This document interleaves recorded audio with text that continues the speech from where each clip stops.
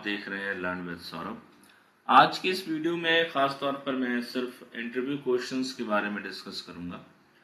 अब जब आप क्वालिटी एनालिस्ट के लिए इंटरव्यू देने जा रहे हैं तो क्या क्या क्वेश्चंस आपसे पूछे जाते हैं, ठीक है। अब ध्यान रखें, आप ये 2 LOB पे डिपेंड करता है। अगर आप आउटबाउंड सेल्स के लिए जा रहे हैं तो उसके क्वेश्चंस कुछ अलग हो सकते हैं, इनबाउंड के लिए जा रहे हैं तो उसके क्वेश्चंस कुछ अलग हो सकते हैं, क्योंकि प्रोसेस की क्या रिक्वायरमेंट है उस पर ये डिपेंड करता है, ठीक है। कुछ क्वेश्चंस मैं पावर पॉइंट में लिख के रखा हूँ, वो मैं आपको बता देता हूँ, ठीक है।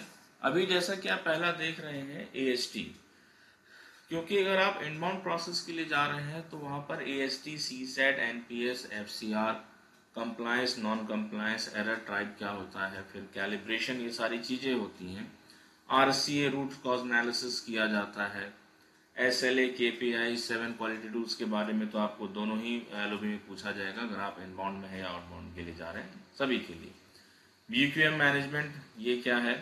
इसके अलावा एक और स्लाइड है जिसमें कुछ क्वेश्चंस हैं। तो ये बेसिकली जो है मैं इसमें आपको बता रहा हूँ, अगर आप इनबाउंड LOB के लिए जा रहे हैं ना तो ये क्वेश्चंस आपसे ज़रूर पूछे जा सकते हैं। पहला है AST। इसके लिए क्वेश्चंस में क्या क्या हो सकता है कि AST क्या है और इसको हम कैसे कंट्रोल कर सकते हैं।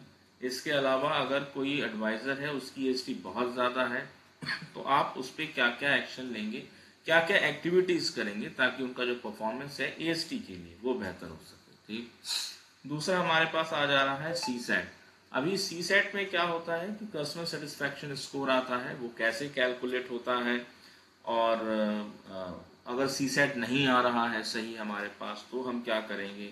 CSAT में कुछ बच्चों का ग्रुप है जिसमें वो बच्चे अच्छा परफॉर्म नहीं कर पा रहे CSAT में, तो उनकी क्वालिटी को आप कैसे इम्प्रूव करेंगे in term of CSAT। Similarly NPS भी है। फिर आ जाता है FCR, यानी कि फर्स्ट का रिजोल्यूशन। ये आइडेंटिफाई करने के लिए आपको दिया जा सकता है, पूछा जा सकता है आपसे कि FCR क्या होता है, और अगर प्रोसेस में FCR कम हो रहा है तो हम उसको कैसे इम्प्रूव करेंगे।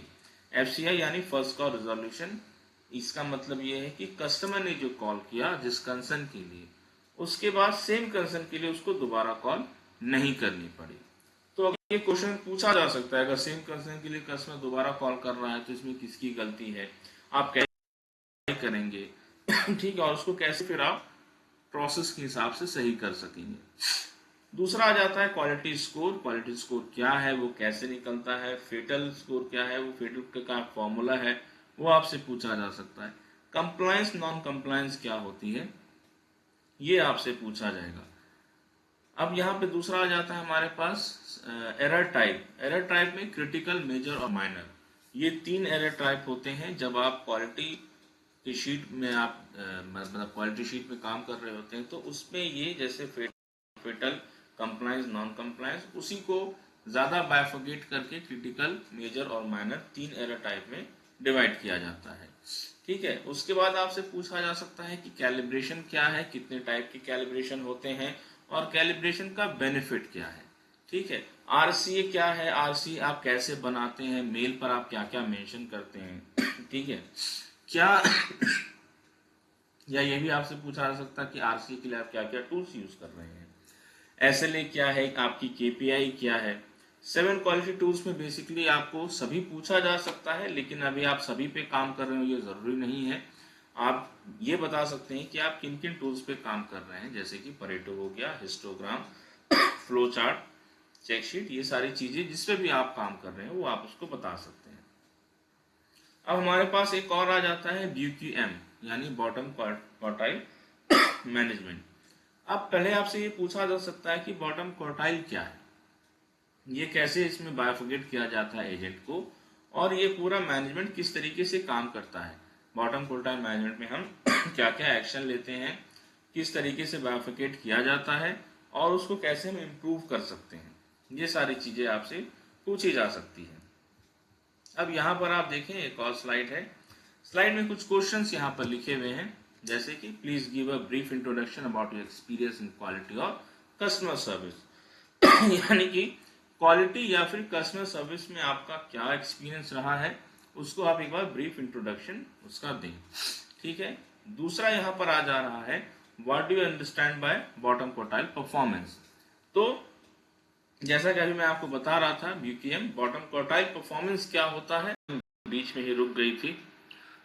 तो आगे मैं शुरू करता हूँ। सेकंड क्वेश्चन आगे बता दिया था। थर्ड में है what intervention should the quality team take for BQ agents. तो अभी इसके बारे में डिस्कस किया ही था हमें कि बॉटम क्वार्टाइल परफॉर्मेंस क्या होता है, उसके लिए हम क्या क्या एक्शन लेंगे ताकि उनके परफॉर्मेंस को बेहतर कर सकें। फोर्थ में आ जा रहा है, if an agent is under performing what action plan would you create for improvement. आप देखिए ऊपर से लेके 3 तक जितने भी क्वेश्चन है ना, वो लगभग एक ही है कि BQM में वही है जो अंडर परफॉर्मेंस है। ठीक है, तो उसको कैसे इम्प्रूव करेंगे, वो सारी चीजें आती हैं। अब what is CSAT and why it is important in BPO environment. CSAT क्या है और BPO के लिए क्यों ये बेहतर है, ये क्वेश्चन हो सकता है। दूसरा हो सकता है कि how do you calculate CSAT का फॉर्मूला क्या है। Example explain with an example, यानी एग्जाम्पल के साथ आपको एक्सप्लेन करना पड़ सकता है। Now if CSAT drops what could be the possible reason behind it. अगर CSAT ड्रॉप हो रहा है उसके लिए पॉसिबल रीजन क्या क्या हो सकते हैं वो आपसे पूछा जा सकता है। तो इसका आप आपसे पूछा जा सकता है, तो इसका आप आंसर दे सकते हैं। और how would you identify the root cause of low CSAT score. अगर CSAT स्कोर बहुत कम आ रहा है तो इसका आप रूट स्कोर एनालिसिस कैसे करेंगे, उसके बारे में पूछा जा रहा है, या अब ये कहा जा रहा है कि आप आइडेंटिफाई कैसे करेंगे, उसका क्या रीजन है। ठीक है, आगे आपसे पूछा जा सकता है what approach do you follow while sharing feedback with the agent. जब आप एजेंट के साथ फीडबैक शेयर कर रहे हैं तो क्या अप्रोच आप प्रेफर करेंगे। अगला क्वेश्चन आपसे पूछा जा सकता है, how do you ensure your feedback helps agent improve their performance. यानी कि एजेंट का जो आप जो फीडबैक दे रहे हैं, आप कैसे इंश्योर करेंगे कि ये एजेंट का जो परफॉर्मेंस है उसको इम्प्रूव कर रहा है। ठीक है, ये सारे क्वेश्चंस आपसे पूछे जा सकते हैं। इसके अलावा बहुत सारे क्वेश्चंस हैं, जैसे कि आप डैशबोर्ड कैसे बनाते हैं, उसमें क्या क्या आप मेंशन करते हैं। ठीक है, क्या क्या रिपोर्ट्स आप शेयर करते हैं, कैलिब्रेशन कितनी बार आप कर रहे हैं, इसके अलावा आपने इनिशिएटिव क्या लिया है प्रोसेस को और बेहतर करने के लिए। ठीक है, तो ये कुछ क्वेश्चंस हैं जो मैं आपको बताया हूं अभी। और अगर आपको इसके आंसर्स भी चाहिए, अगर आपको चाहिए कि नहीं इस क्वेश्चंस का मुझे एक परफेक्ट आंसर भी मिल जाए जो कि मैं इंटरव्यू में जाके दे सकूं, तो आप कमेंट में अपनी ईमेल आईडी मेंशन कर दें, मैं इसकी शीट आंसर के साथ आपको शेयर कर दूंगा। उम्मीद करूंगा कि ये जो इन्फॉर्मेशन है आपके लिए ज़रूर यूजफुल रहा होगा। और बस कोई भी अगर क्वेश्चंस हैं तो आप मुझे कमेंट में मेंशन करें, और अगर इसकी आंसर भी चाहिए तो आप ईमेल आईडी ज़रूर मेंशन कर दें। धन्यवाद।